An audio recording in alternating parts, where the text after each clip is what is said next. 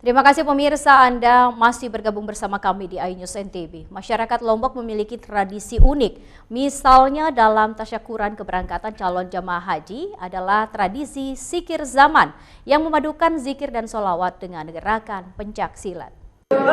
Sejumlah warga dengan kompak mengumandangkan salawat sembari melakukan gerakan yang unik. Gerakan seperti pencak silat ini bukanlah ajang bela diri, melainkan suatu tradisi zikir masyarakat yang berisi doa ke Sang Pencipta. Tradisi unik ini dinamakan zikir zaman.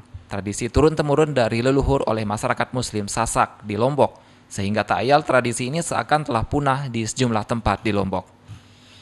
Namun para pemuda di Dusun Embung Duduk Desa Labulia, Kecamatan Jonggat, Lombok Tengah, hingga saat ini masih mempertahankan tradisi zikir zaman ini. Kegiatan zikir sendiri dilakukan sekali dalam setahun, yakni pada saat musim pelaksanaan ibadah haji. Sementara itu, ada 15 gerakan seni bela diri yang terdapat dalam zikir zaman ini. Dapat bersilaturahmi. Dan kedua, dapat kita berolahraga. Dan yang ketiga adalah bela diri.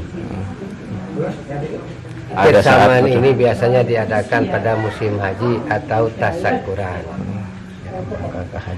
dalam hajatan-hajatan. Selain mendapat nilai ibadah, zikir zaman juga dilakukan dalam rangka mempererat silaturahmi masyarakat serta untuk kesehatan jasmani. Dari Lombok Tengah, Emma Widiawati, iNews memberitakan. Beralih ke informasi lain, sagu tak lepas dari keseharian warga Bengkalis. Nah, khusus untuk makanan, warga Bengkalis bahkan mempunyai menu spesial untuk tamu yang berkunjung, yakni cendol dan lempeng.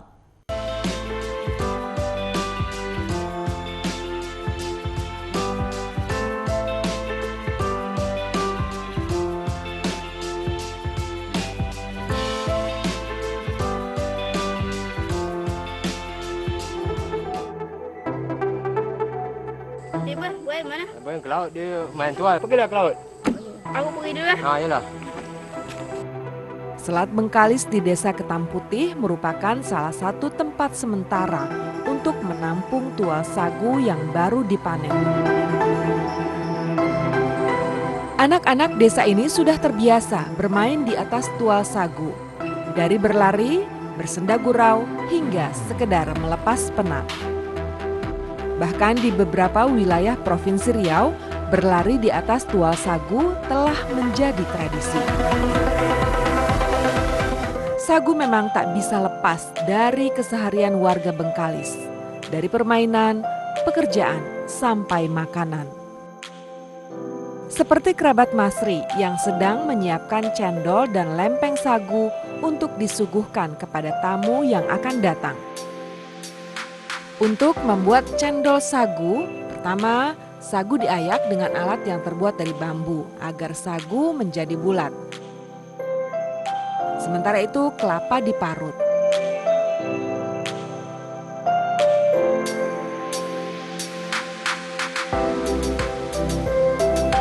Setelah disangrai dan direbus sejenak, sagu dimasukkan ke air dingin agar mengembang.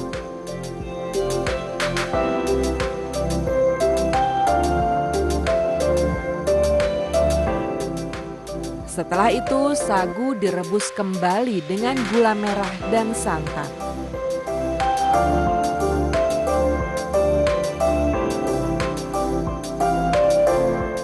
Satu lagi makanan khas Bengkalis namanya lempeng sagu. Cara membuatnya lebih sederhana, hanya dengan menggarangnya bersama dengan parutan kelapa dan sedikit garam.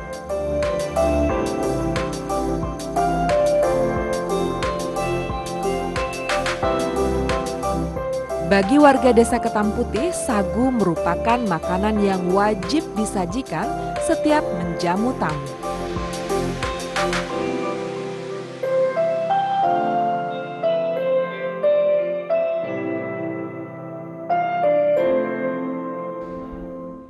Kita beralih ke informasi lain, pemirsa. Kredit usaha rakyat syariah Pegadaian dengan bunga rendah disalurkan ke UMKM dan usaha mikro di Indonesia termasuk di Nusa Tenggara Barat. Penyaluran kredit ini untuk membantu pengembangan usaha mikro.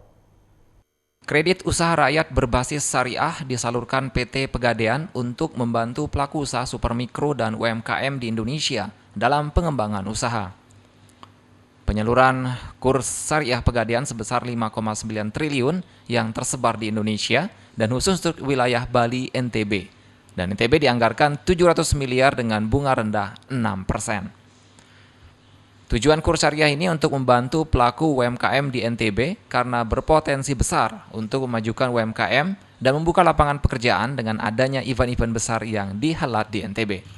Terima kasih, selamat pagi. Hari ini kita memang sedang melakukan exhibition pertama kali dalam rangka penyaluran kredit usaha rakyat syariah, skema syariah, karena Pegadaian mendapatkan amanah tugas dari pemerintah untuk menyalurkan kredit usaha rakyat skema syariah dengan total sekitar 5,9 triliun. Dan ini adalah pertama kali kami lakukan exhibition di Kota Lombok. Mengapa gitu? Yang pertama karena Kota Lombok adalah penduduk muslimnya hampir menduduki 90%. Kemudian banyak event-event internasional yang sudah dilakukan di Kota Lombok seperti kemarin ya ada MotoGP. Kemudian itu kami melihat gitu di kantor pusat akan tumbuh UKM baru yang perlu kami support untuk bisa mendapatkan fasilitas kemudahan akses dalam pembiayaan. Kemudian yang kedua, kami juga melihat skema syariah itu menjadi salah satu pilihan dari berbagai alternatif pilihan yang lain untuk kenyamanan dalam bertransaksi, karena dengan skema syariah itu mulai dari alur kerja, kemudian akadnya, sampai kepada mendapat opini dari Dewan Pengawas Syariah, sehingga masyarakat bisa dengan tenang bertransaksi di Pegadaian.